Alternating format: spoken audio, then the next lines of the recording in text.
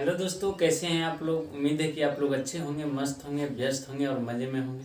दोस्तों, मैं हूं लक्ष्मण यादव और आपका स्वागत करता हूं मैं अपने यूट्यूब चैनल ज्ञान सागर स्टडी क्लासेस में। दोस्तों, हम लोग आज इस वीडियो में सीखेंगे एक्सरसाइज 1.3 जो कि क्लास 10th का है। वास्तविक संख्याएं यानी कि 3 + 2√5 एक अपरिमेय संख्या है, इसको सिद्ध करना है। दोस्तों, ये है दूसरा क्वेश्चन। ठीक है, पहला क्वेश्चन हम लोग पिछले वीडियो में देखे हैं, समझे हैं। अगर आप वो नहीं देखे हैं तो जाके वो वीडियो देख सकते हैं। उसका लिंक मैं नीचे दे दिया हूँ डिस्क्रिप्शन बॉक्स में, आप वहाँ से जाके उसको देख सकते हैं। ठीक है, तो चलिए इस वीडियो को शुरू करते हैं। और दोस्तों, एक बात बता देता हूँ कि ये जो चैप्टर है 1.3 ये काफ़ी इंपॉर्टेंट है। एग्जाम में यहाँ से एक क्वेश्चन रहता ही रहता है। ठीक है, तो चलिए आप लोग उसको देख लीजिएगा ध्यान से। हम लोग दूसरा क्वेश्चन को देखते हैं। यहाँ पे है कि सिद्ध करें कि 3 + 2√5 एक अपरिमेय संख्या है। हमको अपरिमेय संख्या इसको सिद्ध करना है। तो हमको अपरिमेय सिद्ध करने से पहले क्या करना पड़ेगा, इसका जस्ट अपोजिट यानी उल्टा सोचना पड़ेगा। तो उल्टा जैसे ही सोचेंगे, अपरिमेय का उल्टा होता है परिमेय। तो हम यहाँ पे लिखेंगे कि माना कि 3 + 2√5 एक परिमेय संख्या, एक परिमेय संख्या है। ठीक है, अब हम लोग ये समझते हैं कि परिमेय संख्या और अपरिमेय संख्या किसको कहते हैं।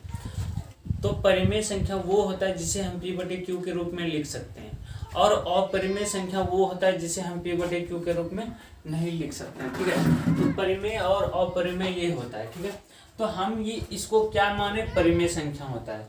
तो हम इसको ये लिख सकते हैं, जब इसको परिमेय मान रहे हैं और परिमेय को हम P/Q के रूप में लिख सकते हैं, ये हम कह सकते हैं इसको। और दोस्तों एक बात, ये Q जो है 0 के बराबर कभी भी नहीं होगा। ठीक है, और यहाँ पे P और Q है क्या, PQ एक पूर्णांक संख्या है, एक पूर्णांक संख्या है। ठीक है, आप लोगों को समझाने के लिए हम लिख रहे हैं ब्रैकेट में, इसको ब्रैकेट में डाल देते हैं। PQ एक पूर्णांक संख्या है तथा सअभाज्य संख्या भी है, सअभाज्य संख्या भी है। ठीक है, ये हो गया। तो PQ जो है वो क्या है, एक पूर्णांक संख्या है और इसे हम सअभाज्य संख्या भी कह सकते हैं। ठीक है, अब देखिए हम लोग यहाँ पे क्या करेंगे कि 2√5 जो है, ये देखिए इधर प्लस में है, हम इसको उस साइड ले जाते हैं। तो यहाँ पे 2√5 हो जाएगा, इधर P/Q है। ठीक है, ई जब प्लस में है तो उधर जाके माइनस में हो जाएगा। ठीक है, ये जब इधर माइनस में हो गया, आप देखिए ये कहाँ पे है, इसके और इसके बीच में गुना का चिन्ह है जो कि छिपा हुआ रहता है। और जब गुना का चिन्ह इधर रहता है तो ये साइड आके भाग में हो जाता है। अगर इधर भाग में है तो इधर आके गुना में हो जाता है। अगर इधर माइनस में है तो इधर आके प्लस में हो जाता है। अगर इधर प्लस में है तो इधर आके माइनस में हो जाता है। ये आप लोगों को पता होना चाहिए। जैसे कि ये प्लस में था तो इधर आके माइनस में हो गया। अब देखिए ये गुना में है तो इधर जाके भाग में हो जाएगा। तो यहाँ पे लिखेंगे P/Q -3/2, ये भाग में हो जाएगा, पूरे के भाग में हो जाएगा। ठीक है, अब ये जो हो गया मेरा P/Q के रूप में हो गया। ठीक है, ये P/Q के रूप में हो गया। तो हम ये कह सकते हैं कि ये जो है एक परिमेय संख्या है, ये पूरा जो है एक परिमेय संख्या है। ठीक है, ये पूरा क्या है, एक परिमेय संख्या है। इसको हम कह सकते हैं एक परिमेय संख्या। क्यों है परिमेय संख्या, क्योंकि ये P/Q के रूप में है, लेकिन ये P/Q के रूप में है नहीं है। और हम लोगों ने पहले क्वेश्चन में ये भी सिद्ध किया था कि √5 एक अपरिमेय संख्या है। तो हम यहाँ पे लिख सकते हैं कि √5 एक अपरिमेय संख्या है, परंतु ये है P/Q -3/2, ये एक परिमेय संख्या है। ठीक है, तो चलिए यहाँ पे लिखते हैं, हम लोग लिखेंगे चूंकि P/Q -3/2 एक परिमेय संख्या, परिमेय संख्या, लेकिन या फिर परंतु √5 एक अपरिमेय संख्या, अपरिमेय संख्या है। कैसे है अपरिमेय और परिमेय आप लोगों को समझ में आ गया कि इसे हम P बटे क्यू के रूप में लिख सकते हैं, तो ये एक परिमेय संख्या हो गया। इसे हम P बटे क्यू के रूप में नहीं लिख सकते हैं, और हमने इसको पहले क्वेश्चन में समझाया भी था कि ये एक अपरिमेय संख्या है, सिद्ध करके दिखाए थे। ठीक है, तो ये क्या हो गया, एक अपरिमेय संख्या हो गया √5। ठीक है, देखिए अब जो ये हुआ इसको हम आप लोगों को समझाने के लिए लिखे थे, इसको मिटा देते हैं। ठीक, अब हम लोग क्या करेंगे कि ये तो हो गया इसका परिमेय संख्या और इसका ये हो गया ये एक अपरिमेय संख्या। ठीक है, तो दोस्तों जैसे कि हम लोग ये एक बात जानते हैं कि जब सम संख्या और सम संख्या मिलता है तो वो सम संख्या ही रहता है, लेकिन जब सम और विषम मिलता है तो वो क्या होता है, विषम संख्या मिल जाता है। जैसे कि हम एग्जाम्पल लेते हैं, सम का 2 हुआ और सम का और एक एग्जाम्पल 4 होता है, तो मान लीजिए 6 हो गया। मान लीजिए 6 एक सम संख्या है और 8 सम संख्या, तो 8 से 14 ये एक सम संख्या है, ये भी एक सम संख्या है। क्यों लिए थे कि यहाँ पे सम और सम को जब जोड़ेंगे तो ये सम ही होगा। ठीक है, सम और सम को जब जोड़ेंगे तो सम ही होगा, लेकिन हम जब विषम और एक सम को जोड़ेंगे तो हमेशा मेरा क्या निकल के आएगा, विषम। जैसे कि विषम हो गया 1 + 2, देखिए 3 आ गया। जैसे कि यहाँ 3 हुआ, इधर 4, देखिए 7 आ गया। ये एक विषम संख्या है, ये भी एक विषम संख्या है। ठीक है, जब हम विषम और एक विषम को जोड़ेंगे तो वो सम संख्या होगा। जब एक विषम और विषम को जोड़ेंगे तो वो एक सम संख्या मिलके आएगा। जैसे कि 1 + 3, देखिए 4 आ गया। 3 + 5 तो 8 हुआ, ये एक सम संख्या है, ये एक सम संख्या।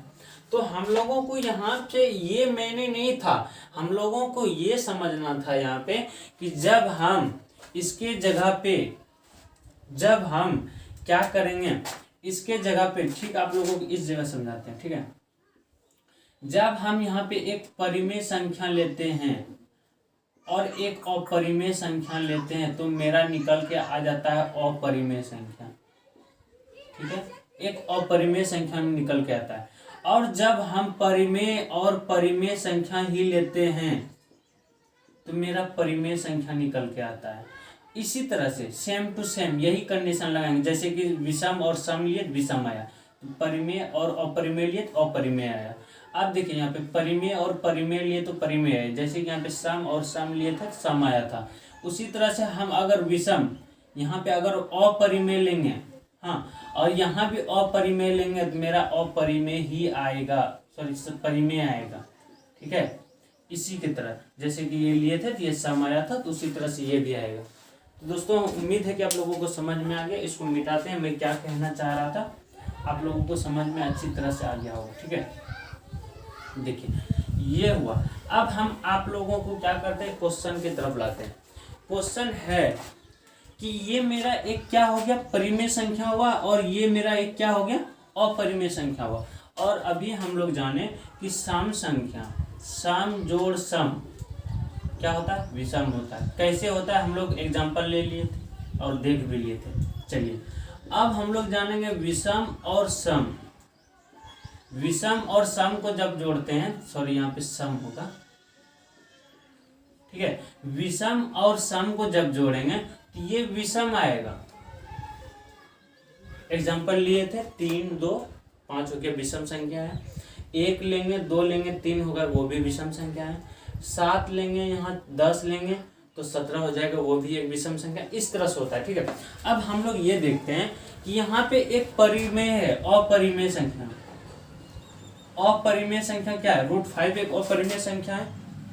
√5 क्या है, एक अपरिमेय संख्या है। और अपरिमेय संख्या कैसे है, हम लोग प्रश्न नंबर 1 में साबित किए थे इसको। ठीक है, अब हमको ये देखो, ये जो है P/Q के रूप में, तो हम लोग लिखे हैं कि ये जो है ये क्या है, एक परिमेय संख्या है। P/Q - 3/2 ये एक परिमेय संख्या है और √5 एक अपरिमेय संख्या है। अब देखिए हम लोगों को ये करना है, √5 एक अपरिमेय संख्या है, जोड़ परिमेय संख्या, जोड़ परिमेय संख्या, तो ये निकल के मेरा क्या आ जाएगा, अपरिमेय संख्या आएगा, निकल के अपरिमेय संख्या आएगा। और यही हम लोगों को साबित करना था, ये एक अपरिमेय संख्या आएगा। ठीक है, जैसे कि हम लोग यहाँ पे ले लेंगे, ये इसके जगह पे आ जाएगा √5 और इसके जगह पे आ जाएगा क्या, p/q -3/2, और इससे आ जाएगा एक अपरिमेय संख्या। ठीक है, तो अब हम लोग यहाँ पे लिख सकते हैं अर्थात हमारा मानना क्या है, हमने क्या माना था इसको, परिमेय संख्या, लेकिन क्या ये परिमेय संख्या निकला, ये तो अपरिमेय निकला ना, क्योंकि इसको जब जोड़ेंगे तो ये अपरिमेय ही आएगा। तो ये हमारा मानना क्या है, गलत है। क्यों गलत है, कैसे गलत है, कहाँ से गलत है, आप लोगों को समझ में आ गया? पूरा डिटेल से हम समझा रहे हैं दोस्तों, एकदम बेसिक से, तो आप लोग समझने की कोशिश कीजिए। ठीक है, अर्थात हमारा मानना गलत है, और आप लोग लिखेंगे कि क्या, ये वाला 3 + 2√5 एक अपरिमेय संख्या, एक अपरिमेय संख्या है। और नीचे में एक लाइन लिखेंगे सत्यापित हुआ। ठीक है, अगर हम ये लिख देते हैं एग्जाम में तो हमको फुल में से फुल मार्क्स देगा एग्जामिनर, जो भी चेक करेगा। ठीक है, और दोस्तों ये है कि ये एक क्वेश्चन एग्जाम में रहेगा ही रहेगा, चाहे आप कुछ कर लीजिए। 1.3 से एक क्वेश्चन डिफिनिट है कि रहता है एग्जाम में। तो दोस्तों आप लोग इसको एग्जाम में आराम से बनाइएगा ताकि समझ लीजिएगा। ठीक है, चलिए दोस्तों अब हम लोग क्या करते हैं, अगले क्वेश्चन की ओर चलते हैं। ठीक है, अगला क्वेश्चन देखते हैं क्या है नहीं है।